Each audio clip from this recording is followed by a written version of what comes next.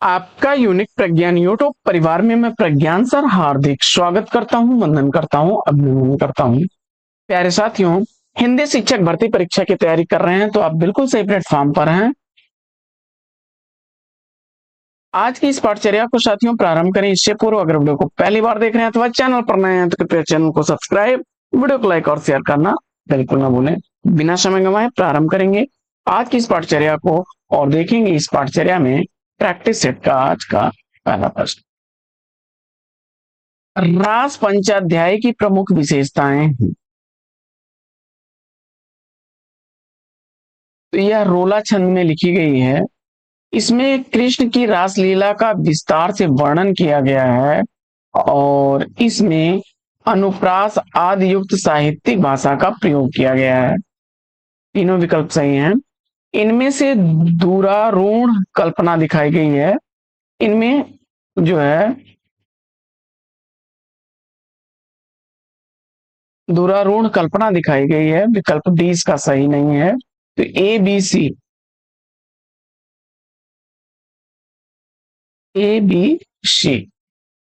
विकल्प बी सही जवाब। बढ़ते हैं आगे। रास पंचाध्यायी नंददास की रचना है साथियों। नंददास की रचना है रास पंचाध्यायी। नंददास द्वारा लिखी गई रास पंचाध्यायी अनेकार्थ मंजरी,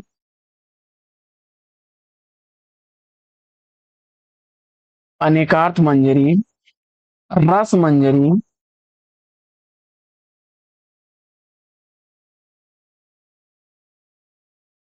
अनेकार्थ मंजरी पर्याय कोश है।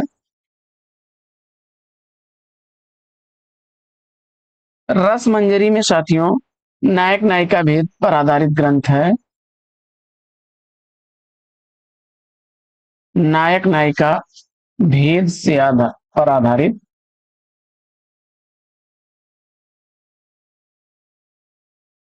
विरह मंजरी इनका भावनात्मक काव्य है। विरह मंजरी।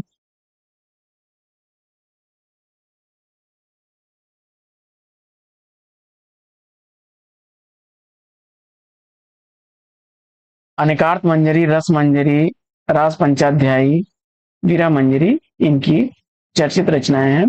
27वां प्रश्न है कि आचार्य शुक्ल जी के संदर्भ में क्षमा करें, सूरदास के संदर्भ में आचार्य शुक्ल द्वारा लिखित कौन सा कथन सही है।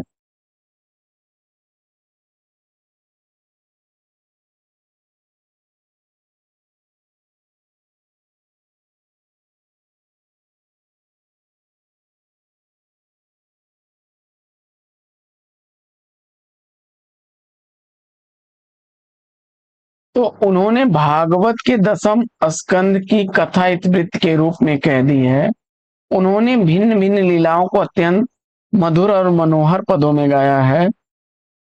उनके पद अत्यंत प्रगल्भ और काव्यपूर्ण हैं। ये तीन विकल्प तो सही हैं।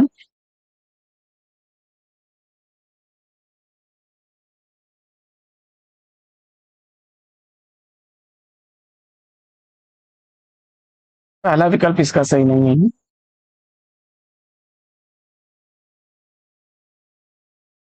सूरदास को जीवन उत्सव का कवि कहा जाता है। सूरदास को जीवनोत्सव का कवि, जीवनोत्सव का कवि,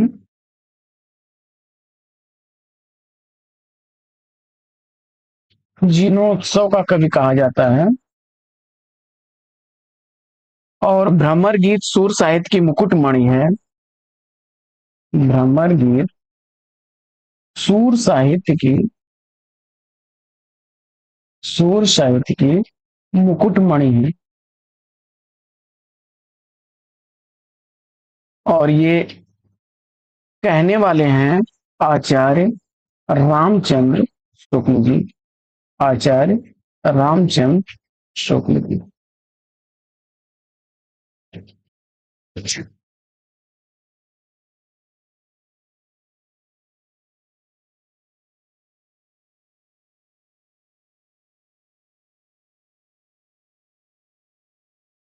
सूर की सबसे बड़ी विशेषता जो है, नवीन प्रसंगों की उद्भावना भी शुक्ल ने कहा है। सूर्य की सबसे बड़ी विशेषता, सूर्य की सबसे बड़ी भारी विशेषता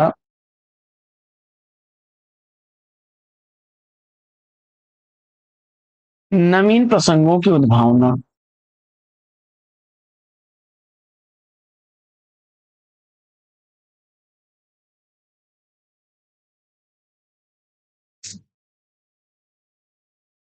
आइए बढ़ते हैं आगे और देखते हैं अगला प्रश्न। अगला प्रश्न है कि रहीम की कविता नगर शोभा की मुख्य विशेषता। रहीम की कविता नगर शोभा की मुख्य विशेषता पूछा जा रहा है आपसे।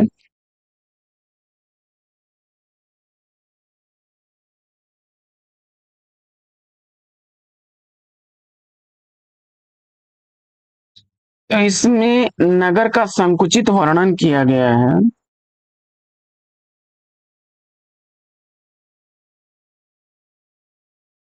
इसमें वर्ण व्यवस्था के अनुसार अनेक जातियों की स्त्रियों का वर्णन किया गया है और ये स्त्रियां अपना उत्पाद बेचने का काम करती हैं। स्त्रियों को उत्कृष्ट कोट बताया गया या नहीं है? A B D. विकल्प ए इसका सही जवाब हो जाएगा।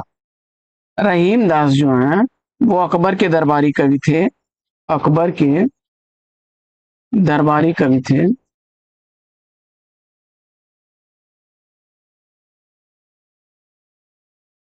बरवे नायिका भेद, बरवे नायिका भेद, बरवे नायिका भेद अवधी भाषा में लिखी गई रचना है।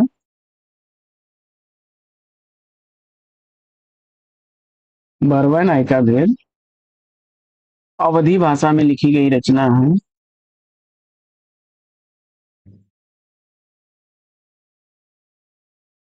नगर शोभा यह ब्रज भाषा में लिखी गई रचना है इनकी। ठेठ कौतुकम जातकम, ठेठ कौतुकम जातकम इनके द्वारा लिखा गया ज्योतिष ग्रंथ है।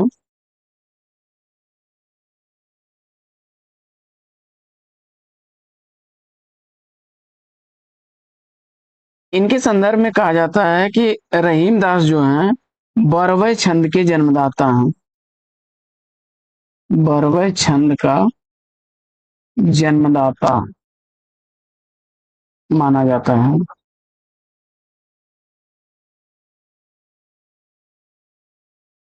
और इनके द्वारा लिखी गई सतसई हिंदी की पहली सतसई, हिंदी की प्रथम सतसई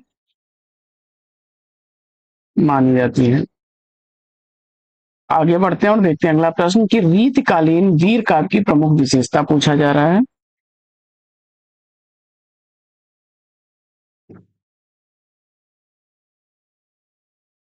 वीर काव्य जो है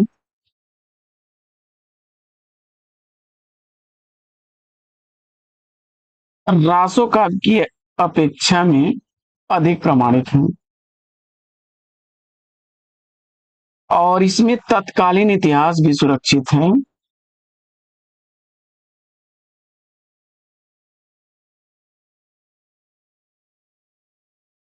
और किसी वीर काव्य में फिरंगियों, कुछ वीर काव्य में जो है फिरंगियों का भी वर्णन मिल जाता है। चमत्कारिक वर्णन और भाषाई खिलवाड़ बहुत अधिक है, यह कथन सही नहीं है। तो ए, बी और डी तीनों कथन सही हैं। विकल्प डी इसका सही जवाब हो जाएगा।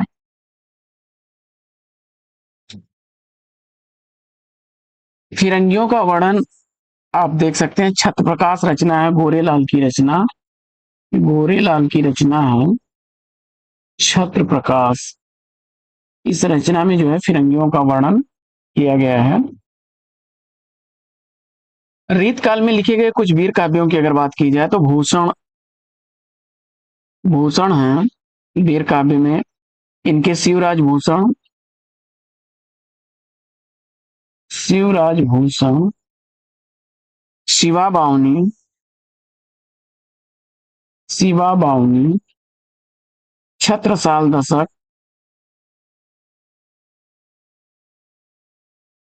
शिवा बावनी, छत्रसाल दशक, ये तीन रचनाएं हैं।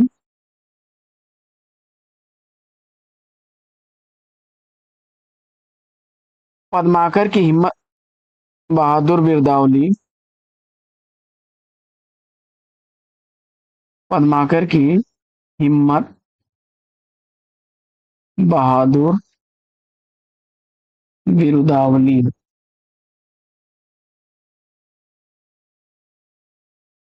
केशव दास की रतन बावनी, रतन बावनी, ये सारे वीर काव्य हैं। वीर सिंह देवचरित, वीर सिंह देवचरित,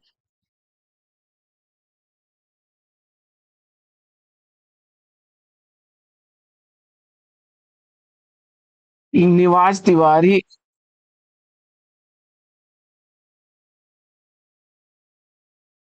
निवाज तिवारी का जो है छत्रसाल बिरुदावली नाम से रचना है।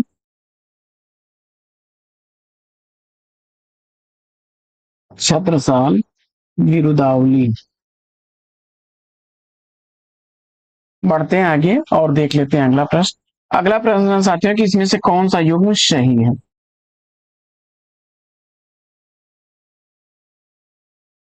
विष्णु प्रिया खंड काव्य विधा की रचना है, मैथिली शरणगुप्त द्वारा लिखा गया।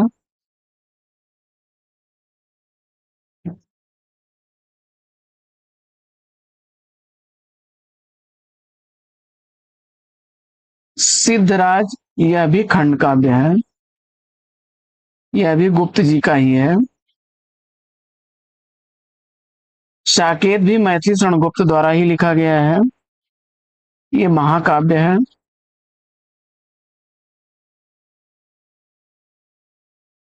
तो जय भारत, यह मुक्तक काव्य नहीं है। जय भारत जो है यह भी मैथिली शरणगुप्त की ही रचना है। 47 खंड है इसमें, यह महाकाव्य है। 47 खंडों में लिखा गया महाकाव्य है। तो ए बी सी,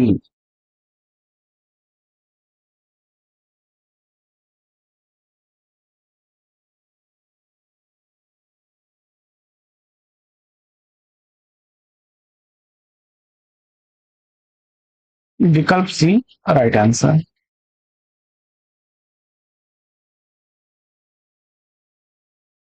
बढ़ते हैं आगे और देखते हैं अगला प्रश्न। अगला प्रश्न है कि निम्नलिखित विकल्पों में से किसका संबंध माखनलाल चतुर्वेदी से है। निम्नलिखित विकल्पों में से किसका संबंध माखनलाल चतुर्वेदी से है। प्रश्न संख्या 31।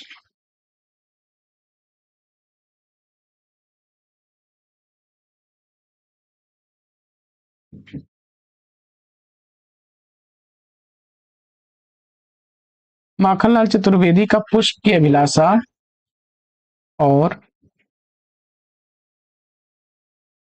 सिपाही, ये दो रचनाएं माखनलाल चतुर्वेदी की हैं। देखिए, आद्रा और दैनिकी दोनों रचनाएं सियाराम शरण गुप्त की हैं। दोनों ही रचनाएं किसकी हैं? सियाराम शरण गुप्त की हैं।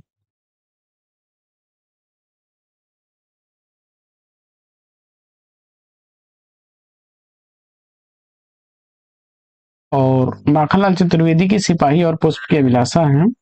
ए और डी, बी विकल्प राइट आंसर हो जाएगा। माखनलाल चतुर्वेदी का जो है हिम किरीटनी,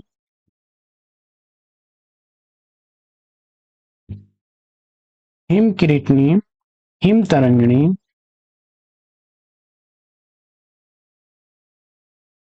हिम तरंगिणी, कृष्ण अर्जुन युद्ध,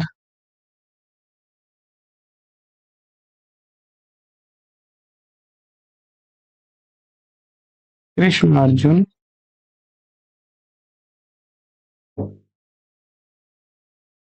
कृष्ण अर्जुन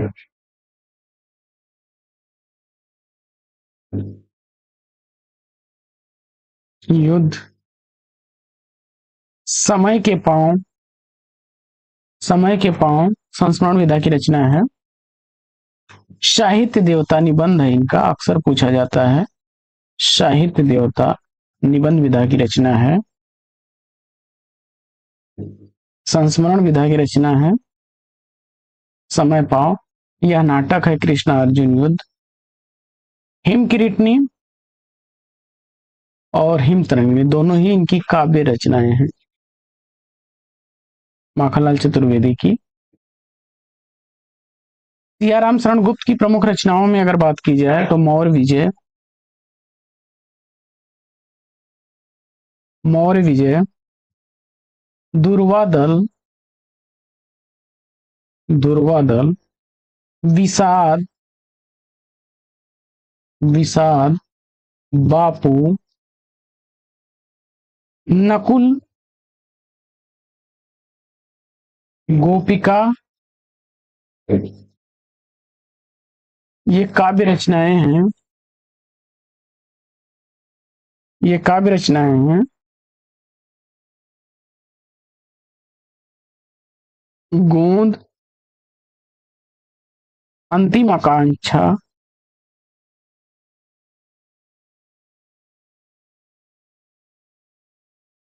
नारी,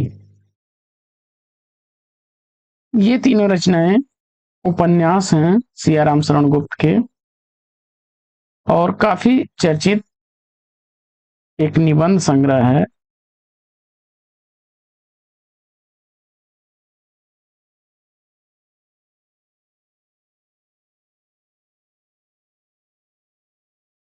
झूठ सच,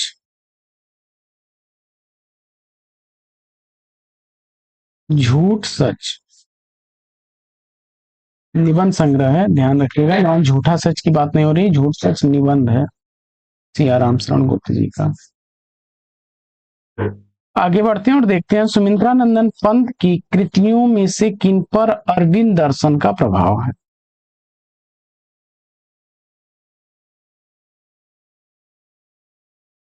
रजत शिखर और सौवाण, ये दोनों रचनाएं अरविंद दर्शन से प्रभावित रचनाएं हैं। 32 का सही जवाब बी और सी, विकल्प सी राइट आंसर है।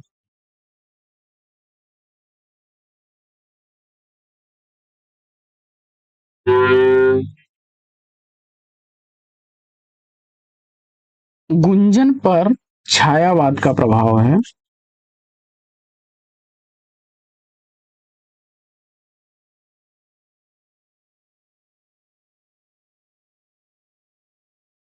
बढ़ते हैं आगे। छायावाद और प्रगतिवाद का जो है संधि स्थल भी इस रचना को माना जाता है।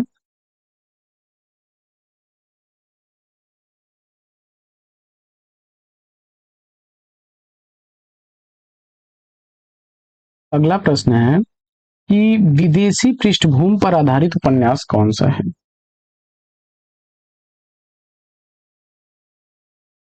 विदेशी पृष्ठभूमि पर आधारित उपन्यास इसमें से पूछा जा रहा है।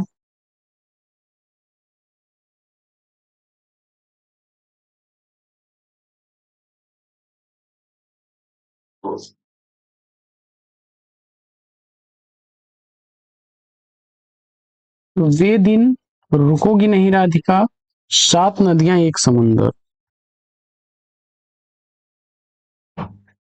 तीनों ही सही जवाब हो जाएंगे। निर्मल वर्मा द्वारा लिखा गया है वे दिन, निर्मल वर्मा द्वारा लिखा गया है।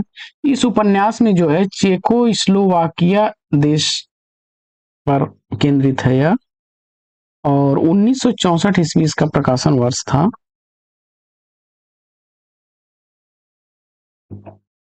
रुकोगी नहीं राधिका उषा प्रियम बदा की रचना है, उषा प्रियम बदा की रचना है।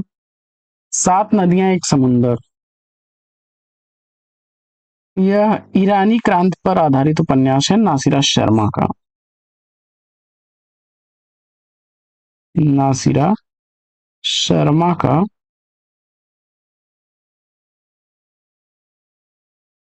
बढ़ते हैं आगे और देखते हैं अगला प्रश्न। प्रश्न संख्या 34 है कि देश विभाजन के प्रसंग पर आधारित उपन्यास इसमें से कौन सा है।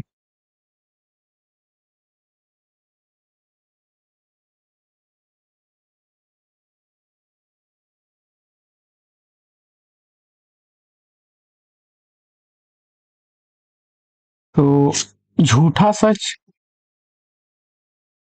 यशपाल द्वारा लिखा गया है। अभी जो हम चर्चा कर रहे थे वो झूठ सच निबंध था। ये पीछे जो हम लोग चर्चा किए थे वो झूठ सच निबंध था सियाराम शरण गुप्त का। सियाराम शरण गुप्त जी का। झूठा सच यशपाल का है।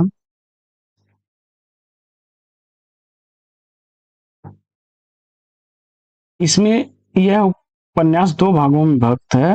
पहला भाग जो है वतन और देश,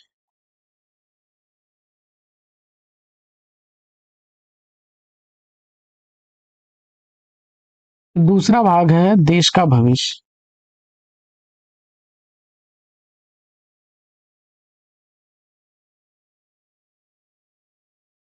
तमस उपन्यास या भीष्म शाहनी द्वारा लिखा गया है। तमस भीष्म शाहनी द्वारा लिखा गया है।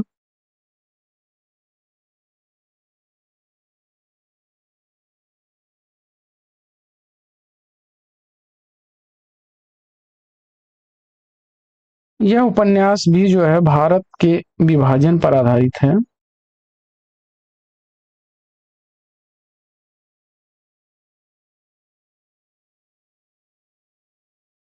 तो इसमें जो है ए और बी दोनों विकल्प सही हैं।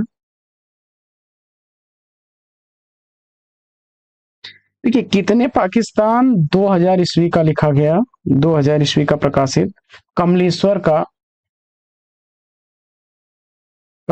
का है। और इसमें भारत पाकिस्तान की मैत्री सद्भाव और शांति का संदेश है। छोटे छोटे महायुद्ध यह 1977 ईस्वी का प्रकाशित उपन्यास है। और इसमें रमाकांत द्वारा रचित यह उपन्यास निम्न मध्यम वर्गीय समाज के व्यक्ति की जो मामूली इच्छाएं होती हैं उनको पूर्ति करने की जो कथा है, उलझन है, वह इसमें दिखाया गया है।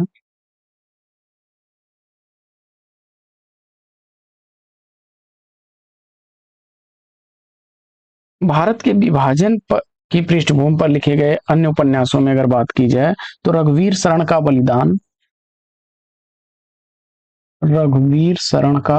बलिदान, आधा गांव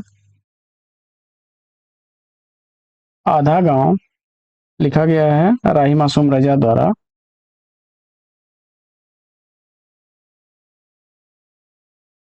टोपी शुक्ला भी इन्हीं का है। यह भारत के विभाजन की पृष्ठभूमि पर है। ढहती हुई दीवार आचार्य चतुर्सेन शास्त्री का।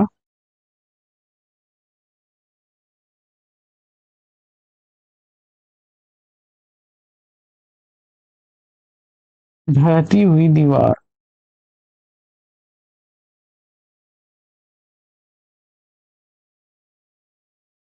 ढहती हुई दीवार आचार्य चतुर्सेन शास्त्री का।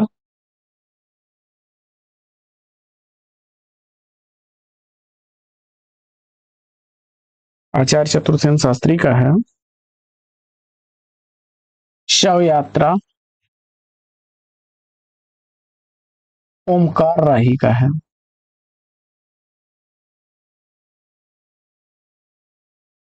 आगे बढ़ते हैं और देखते हैं अगला प्रश्न। अगला प्रश्न है कि जैनेन्द्र की कहानियों के पात्र।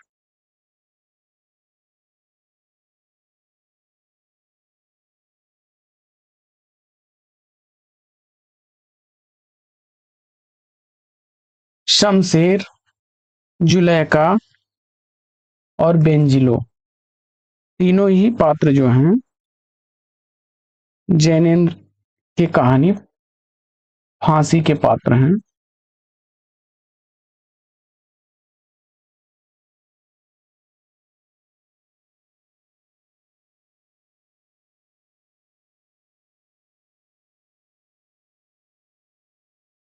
आगे बढ़ते हैं।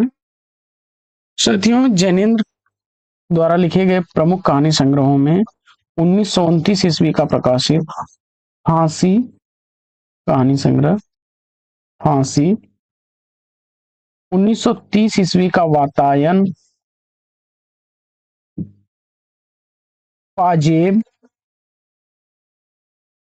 1942 ईस्वी की प्रकाशित कहानी जयसंधि, 1948 ईस्वी की प्रकाशित कहानी है ध्रुव यात्रा, ध्रुव यात्रा 1944 ईस्वी की प्रकाशित कहानी है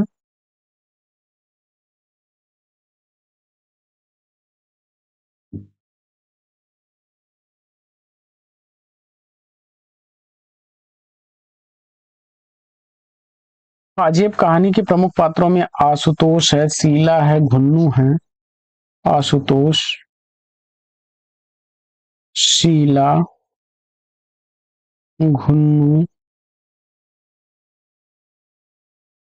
रामचरण, राम रतन और दीनमणि आत्मशिक्षण कहानी के पात्र हैं। आत्मशिक्षण कहानी इनकी है जिसमें राम रतन, रामचरण,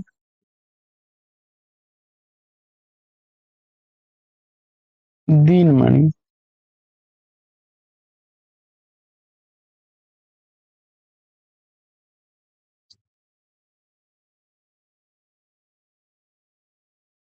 इन संख्या 36 है कि हरिशंकर परसाई के निबंध संग्रह है।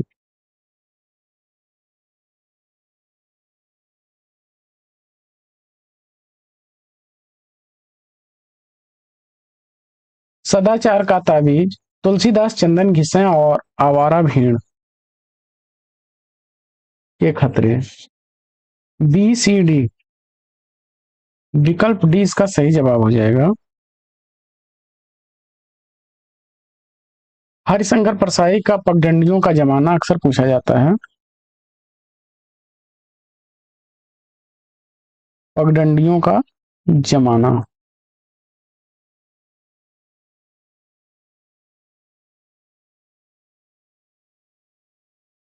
1966 ईस्वी का। शिकायत मुझे भी है,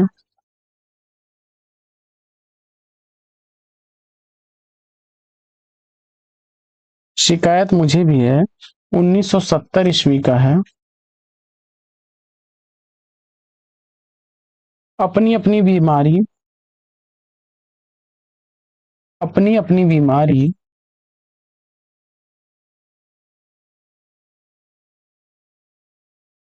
अपनी अपनी बीमारी भी कई बार रिपीट हुआ है परीक्षाओं में। अपनी अपनी बीमारी 1972 ईस्वी का। और बहुत ज्यादा पूछा जाता है विकलांग श्रद्धा का दौर, विकलांग श्रद्धा का दौर 1980 ईस्वी का प्रकाशित।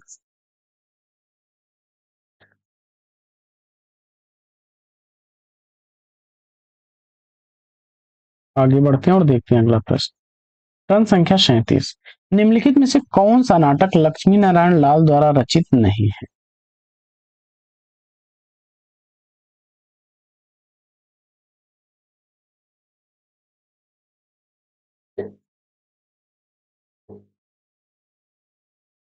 अरे मायावी सरोवर, यह लिखा गया है शंकर शेष द्वारा।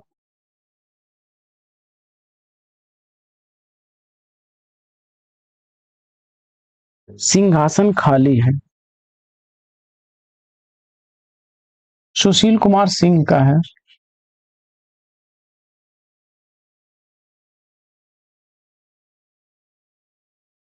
सुशील कुमार सिंह का है।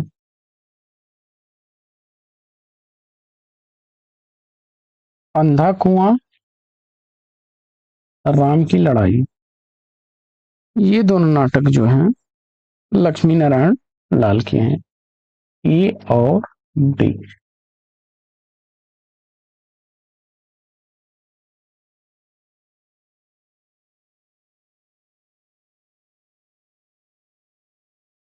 अगला प्रश्न,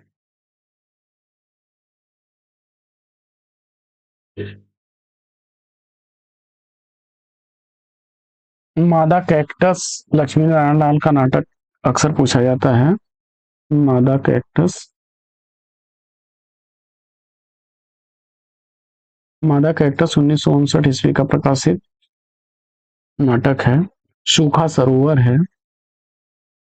सूखा सरोवर, सूखा सरोवर भी 1960 ईस्वी का प्रकाशित है। मिस्टर अभिमन्यु, मिस्टर अभिमन्यु,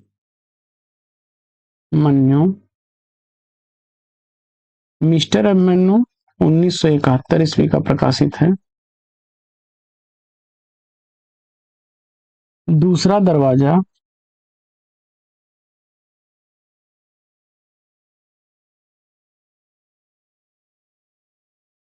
1972 ईस्वी का है, 1972 ईस्वी का है।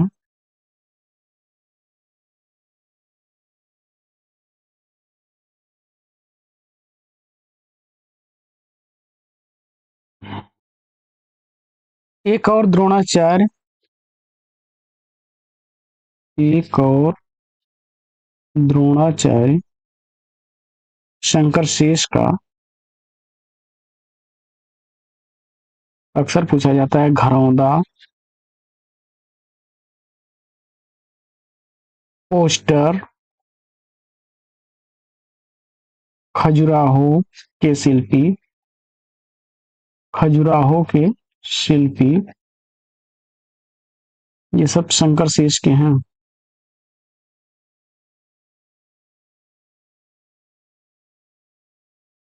शंकर शेष के हैं ये सब। एक और द्रोणाचार्य, घरौंदा, खजुराहो का शिल्पी, पोस्टर, रक्त बीज, अपने अपने चेहरे, अपने अपने चेहरे, कोमल गांधार,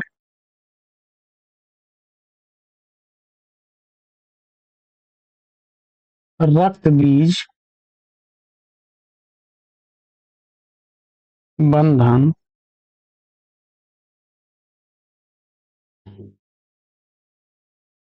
आगे बढ़ते हैं और देखते हैं अगला प्रश्न। प्रश्न संख्या 38 है कि निम्नलिखित में से आत्मकथा कौन सी, कौन कौन सी आत्मकथा है।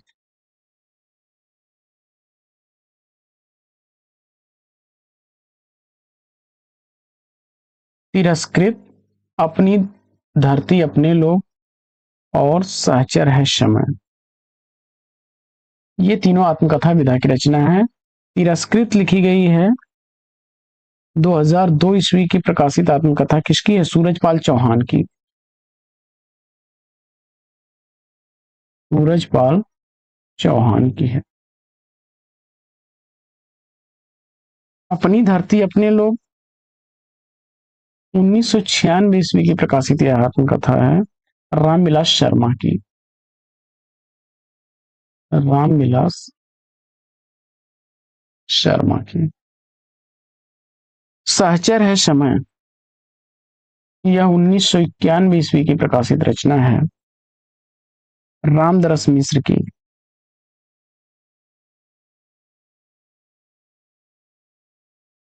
रामदरस मिश्र की एक और जो है आत्मकथा है फुर्सत के दिन, फुर्सत के दिन।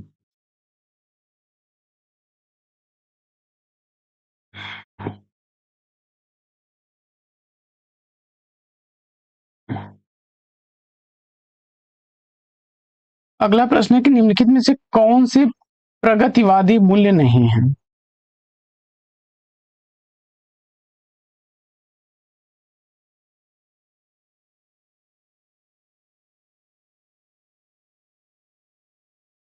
तो व्यष्टि चेतना और एकेश्वरवाद, विकल्प ए और डी प्रगतिवादी मूल्य नहीं है।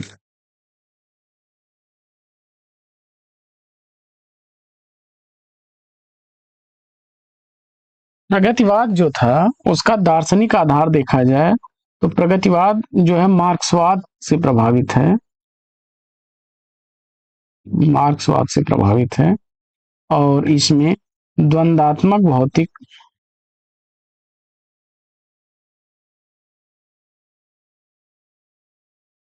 भौतिकवाद,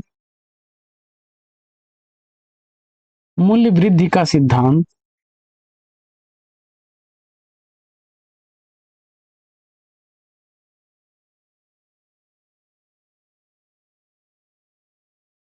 मूल सभ्यता के विकास की यात्रा।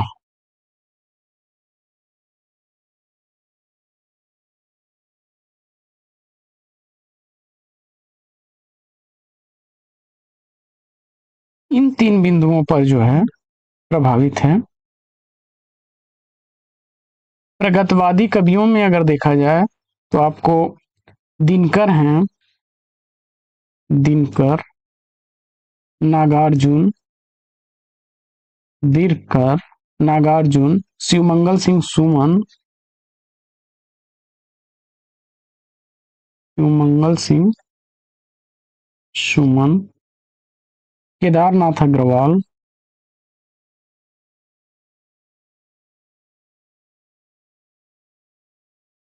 रामविलास शर्मा,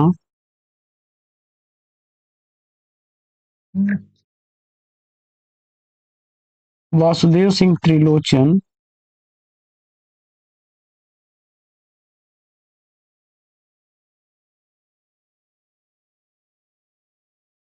ये कवि सब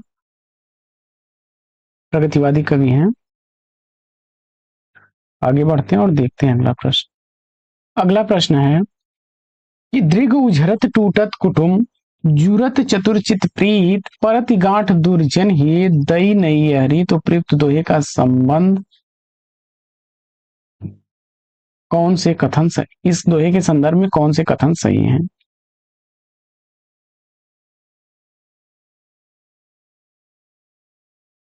इसमें प्रेमी प्रेमिका के प्रेम का स्वाभाविक चित्रण हुआ है और असंगति अलंकार है। बी और सी दोनों कथन इसके सही हैं। आगे बढ़ते हैं और देखते हैं अगला प्रश्न कि कालक्रम की दृष्टि से निम्नलिखित रचनाकारों का सही अनुक्रम बताना है आपको। कालक्रम की दृष्टि से निम्नलिखित रचनाकारों का सही अनुक्रम क्या होगा?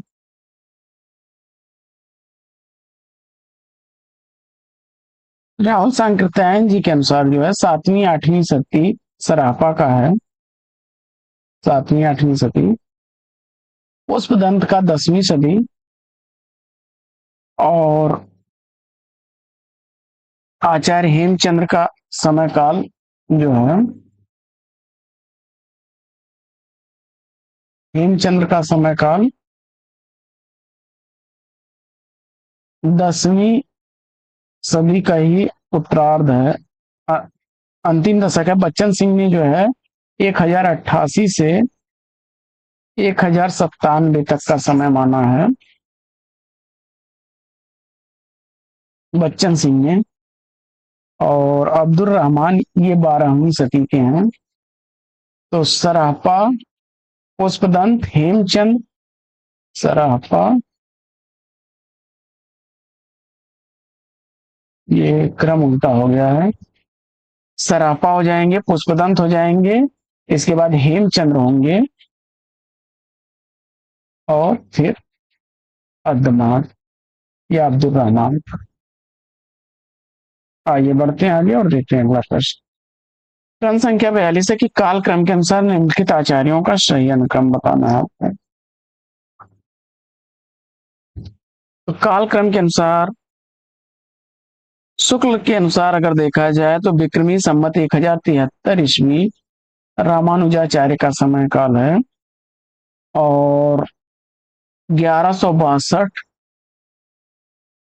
निम्बार्काचार्य का, मध्वाचार्य का है 1199, विजेंद्र स्नातक ने 1199 बताया है, और वल्लभाचार्य जो है 1479। तो इस हिसाब से विकल्प ए इसका सही जवाब हो जाएगा। रामानुजाचार्य जो हैं, ये रामानुजाचार्य श्री संप्रदाय के प्रवर्तक हैं। श्री संप्रदाय। वल्लभाचार्य आपके जो हैं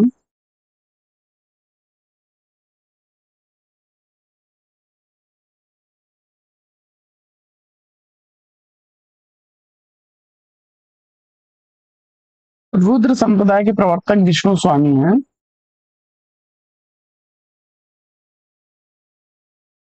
मध्वाचार्य ब्रह्म संप्रदाय के हैं। ब्रह्म ब्रह्म संप्रदाय के प्रवर्तक हैं। पुष्टि मार्गी हैं वल्लभाचार्य। शुद्धाद्वैतवाद शुद्धाद्वैतवाद है इनका। और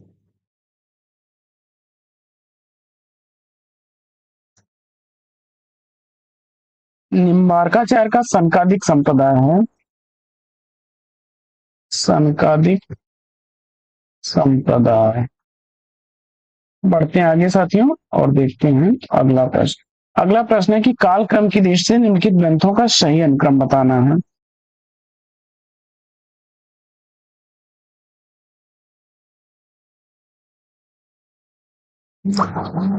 कालक्रम की दृष्टि से 1670 ईस्वी कालक्रम जाता है रस रहस्य का। रस रहस्य जो है, इसके लेखक कौन है? कुलपति मिश्र। कुलपति मिश्र है। जगत विनोद पद्माकर की रचना है, और 1810 ईस्वी समय काल है इसका। भाव विलास देव की रचना है, 1689 ईस्वी समय काल। काव्य निर्णय भिखारी दास की रचना है,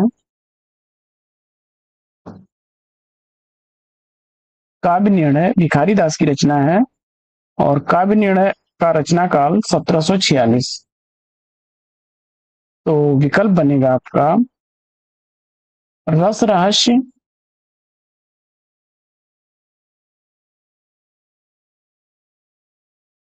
1670 का। इसके बाद भाव विलास देव का, काव्य निर्णय जगत विनोद। विकल्प भी राइट आंसर। आगे बढ़ते हैं और देखते हैं अगला प्रश्न। अगला प्रश्न है कि प्रकाशन वर्ष के अनुसार निम्नलिखित रचनाओं का सही अनुक्रम बताना है।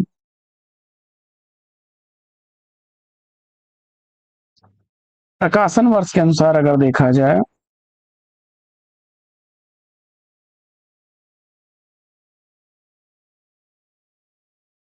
मधुशाला रचना हरिवंश राय बच्चन की सारी रचनाएं हैं ये। तो मधुशाला 1935 ईस्वी की है। मिलन यामिनी 1950 ईस्वी की है। एकांत संगीत 1939 ईस्वी की है। और सतरंगनी 1945 ईस्वी की है।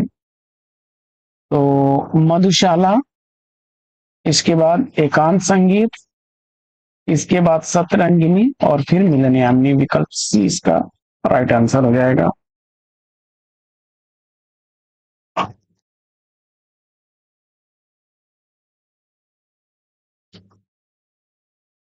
हरिवंश राय बच्चन की जो है प्रमुख रचनाओं की बात की जाए तो तेरा हार, मधुबाला, मधुकलश, आकुल अंतर, सतरंगिनी, आरती और अंगारी, त्रिभंगिमा, जाल समेटा, निशानी मंत्रण, ये प्रमुख रचनाएं हैं हरिवंश राय बच्चन की। हरिवंश राय बच्चन को हालावादी कवि कहा जाता है। आगे बढ़ते हैं और देखते हैं अगला प्रश्न। अगला प्रश्न है कि जन्म काल के अनुसार निम्नलिखित रचनाकारों का सही अनुक्रम बताना है।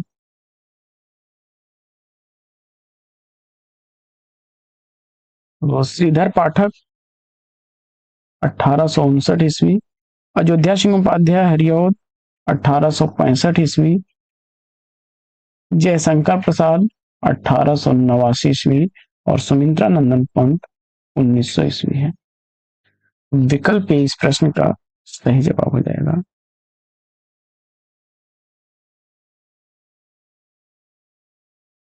श्रीधर पाठक को आधुनिक काल में स्वच्छंदतावाद का प्रवर्तक माना जाता है।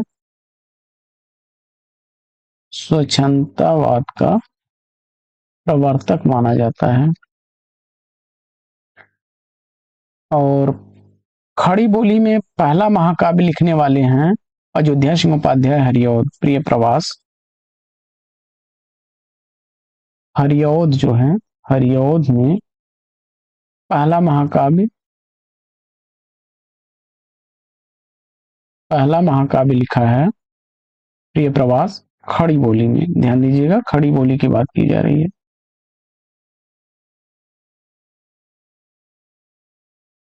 और जयशंकर प्रसाद की रचना जो झरना है, सभी लोग इंपॉर्टेंट हैं।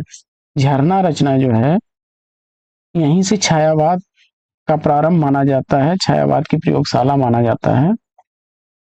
छायावाद की जो है प्रयोगशाला झरना को माना जाता है। और सुमित्रानंदन पंत जी जो हैं, सुमित्रानंदन पंत को जो है नंद दुलारे वाजपेयी छायावाद का प्रवर्तक मानते हैं। नंद दुलारे वाजपेयी पंत को छायावाद का प्रवर्तक मानते। इन्हें संवेदनशील इंद्रिय बोध का कवि भी कहा गया है। संवेदनशील इंद्रिय बोध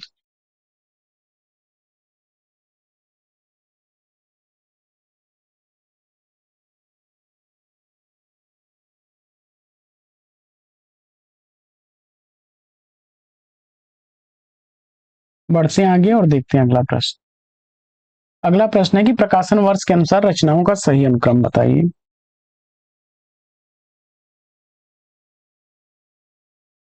उन्नीस सौ 30 ईस्वी की प्रकाशित रचना है निहार महादेवी वर्मा की। महादेवी वर्मा की। अनामिका 1923 ईस्वी की प्रकाशित रचना निराला की।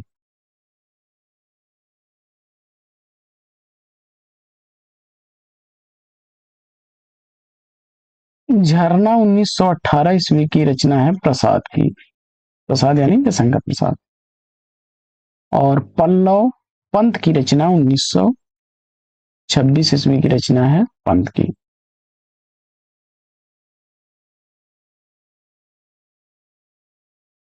तो सही जवाब इसका बनेगा झरना, पल्लव, अनामिका और निहार। डी विकल्प इसका राइट आंसर हो जाएगा।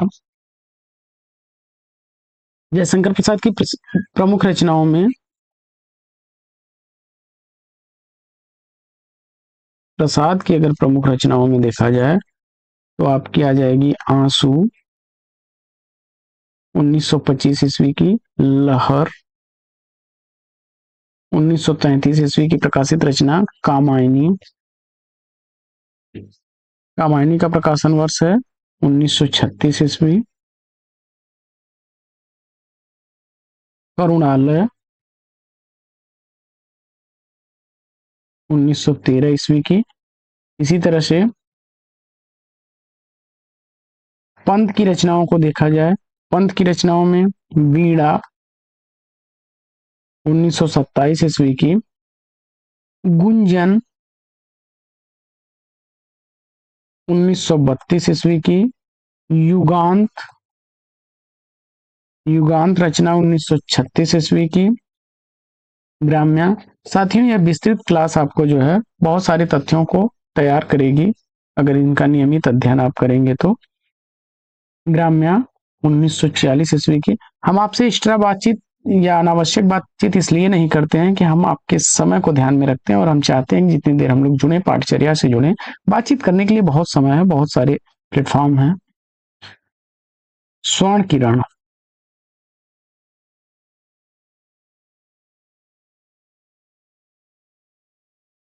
1947 ईस्वी की। इसी तरह से निराला की रचनाओं को देखें।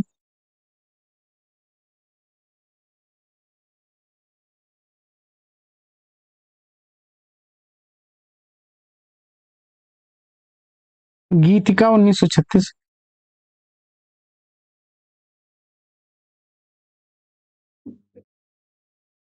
1936 ईस्वी की। तुलसीदास 1938 ईस्वी की।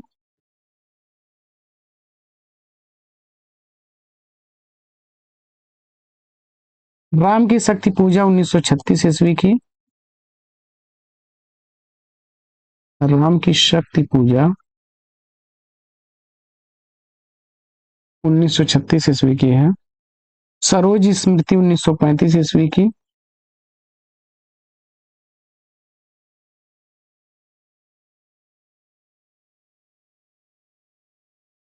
कुकुरमुत्ता काफी पूछी जाती है। ये सारी रचनाएं जो हैं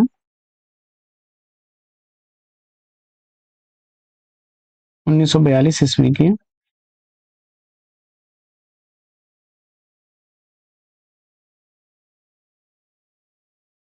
महादेवी वर्मा। महादेवी वर्मा की प्रमुख रचनाओं में निहार, ये चार स्तंभ हैं छायावाद के, 1930 ईस्वी का।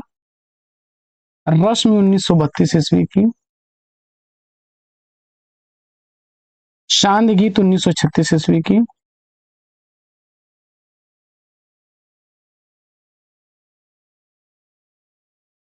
यामा 1940 ईस्वी की। दीप शिखा 1942 ईस्वी की। बढ़ते हैं आगे साथियों, देखते हैं अगला प्रश्न। अगला प्रश्न इसी तरह से, प्रकाशन वर्ष के अनुसार रचनाओं का सही अनुक्रम बताना है। तो 1925 ईस्वी की प्रकाशित रचना है आंसू। लहर 1933 ईस्वी की। कामायनी 1936 ईस्वी की। और प्रेम पथिक 1909 ईस्वी की है, जिसका खड़ी बोली में रूपांतरण जो है 1913 ईस्वी में हुआ था और 1914 ईस्वी में फिर प्रकाशित हुई थी। तो प्रेम पथिक, आंसू, लहर, कामायनी, विकल्प सी इसका राइट आंसर हो जाएगा।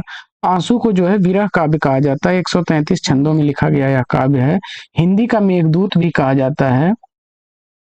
हिंदी का मेघदूत आंसू को कहा जाता है।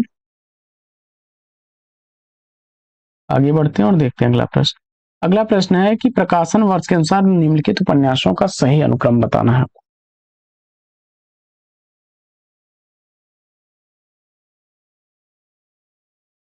सूरजमुखी अंधेरे की कृष्णा सोबती की रचना है।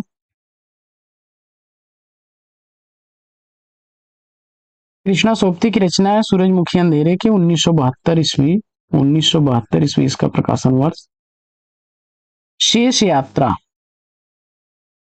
1984 ईस्वी की रचना है। 1900 शेष यात्रा 1984 ईस्वी की रचना है। शेष यात्रा उषा प्रियमबदा की रचना है। उषा प्रियमबदा की। सूरजमुखी अंधेरे की 1972 ईस्वी की रचना है। 1972 ईस्वी की रचना सूरजमुखी अंधेरे के। सूरजमुखी अंधेरे के भी कृष्णा सोबती की रचना है।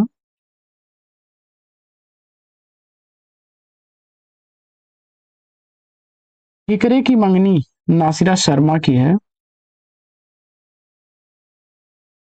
नासिरा शर्मा की रचना है। और कठ गुलाब, ठिकरे की मंगनी का प्रकाशन वर्ष 1996 ईस्वी। 1996 ईस्वी। कठ गुलाब मृदुला गर्ग का है, क्षमा करें, ठीक ठिकरे की मंगनी जो है नासिर शर्मा की रचना है और 1989 ईस्वी की रचना है। 1989 ईस्वी की। कठगुलाब यह मृदुला गर्ग का है, मृदुला गर्ग का है।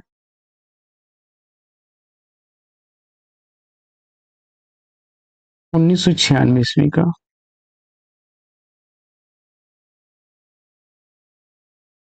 सही जवाब इसका क्या बनेगा? सूरजमुखी अंधेरे के, इसके बाद शेष यात्रा, फिर ठिकरे की मंगनी, इसके बाद कठ गुलाब।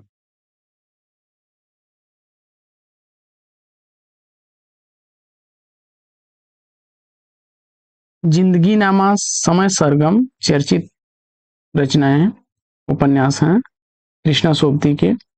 जिंदगी नामा, जिंदगी नामा, समय सरगम,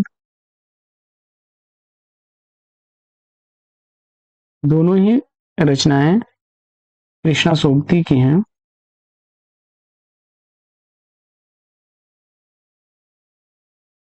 कृष्णा सोबती की हैं। मृदुला गर्ग के उपन्यासों में वंशज, मिलजुल मन, वंशज, मिलजुल मन,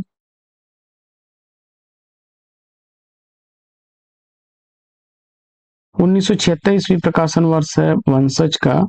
वहीं मिलजुल मन उपन्यास जो है 2009 ईस्वी का प्रकाशित उपन्यास है और दोनों ये उपन्यास लिखे गए हैं मृदुला गर्ग द्वारा।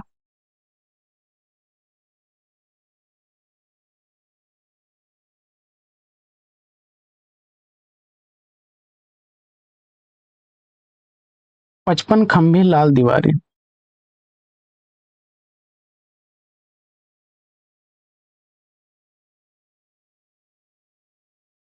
55 खंभे लाल दीवारें, 55 खंभे लाल दीवारें 1961 ईस्वी का प्रकाशित उपन्यास। और रुकोगी नहीं राधिका, रुकोगी नहीं राधिका, यह उपन्यास किसके द्वारा लिखा गया है? उषा प्रियमबदा द्वारा, 1967 ईस्वी का। उषा प्रियम बदा द्वारा लिखा गया है। आगे बढ़ते हैं, देखते हैं अगला प्रश्न कि प्रकाशन वर्ष के अनुसार कहानी संग्रहों का सही अनुक्रम क्या है?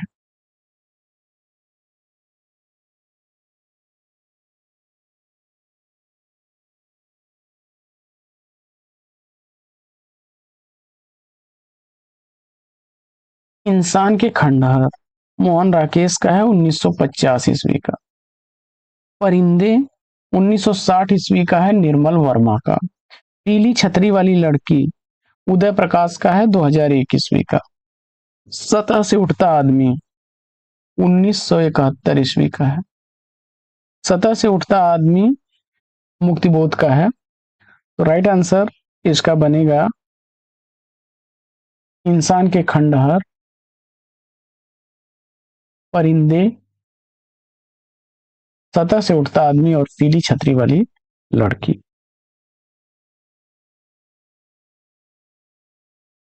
आगे बढ़ते हैं और देखते हैं अगला प्रश्न। अगला प्रश्न है कि प्रकाशन वर्ष के अनुसार विद्यानिवास मिश्र के निबंधों का सही अनुक्रम बताओ।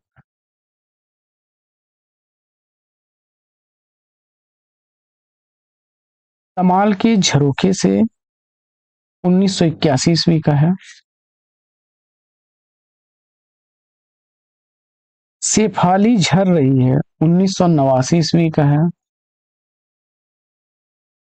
सीरीज की याद आई 1995 ईस्वी का है। और रथ यात्रा 2002 ईस्वी का है। तो साथियों, आज की यह पाठचर्या लेगी यहीं पर विराम। वीडियो कैसा लगा कमेंट्स करके जरूर बताइए। आपसे लें विदा, उससे पूर्व अगर वीडियो से संबंधित अथवा पाठचर्या से संबंधित किसी भी प्रकार का सुझाव आप चाहते हैं अथवा सुझाव देना चाहते हैं या लेना चाहते हैं, दोनों को आप कमेंट्स कर सकते हैं। तो पाठचर्या में लेते हैं पर विराम, फिर मिलेंगे अगले वीडियो में एक नए प्रकरण, एक नया टॉपिक, एक नए अंदाज में। तब तक के लिए लेंगे आपसे विदा। आपका जीवन मंगलमय हो। बेस्ट विशेष, बेस्ट ऑफ लक। जय हिंद साथियों।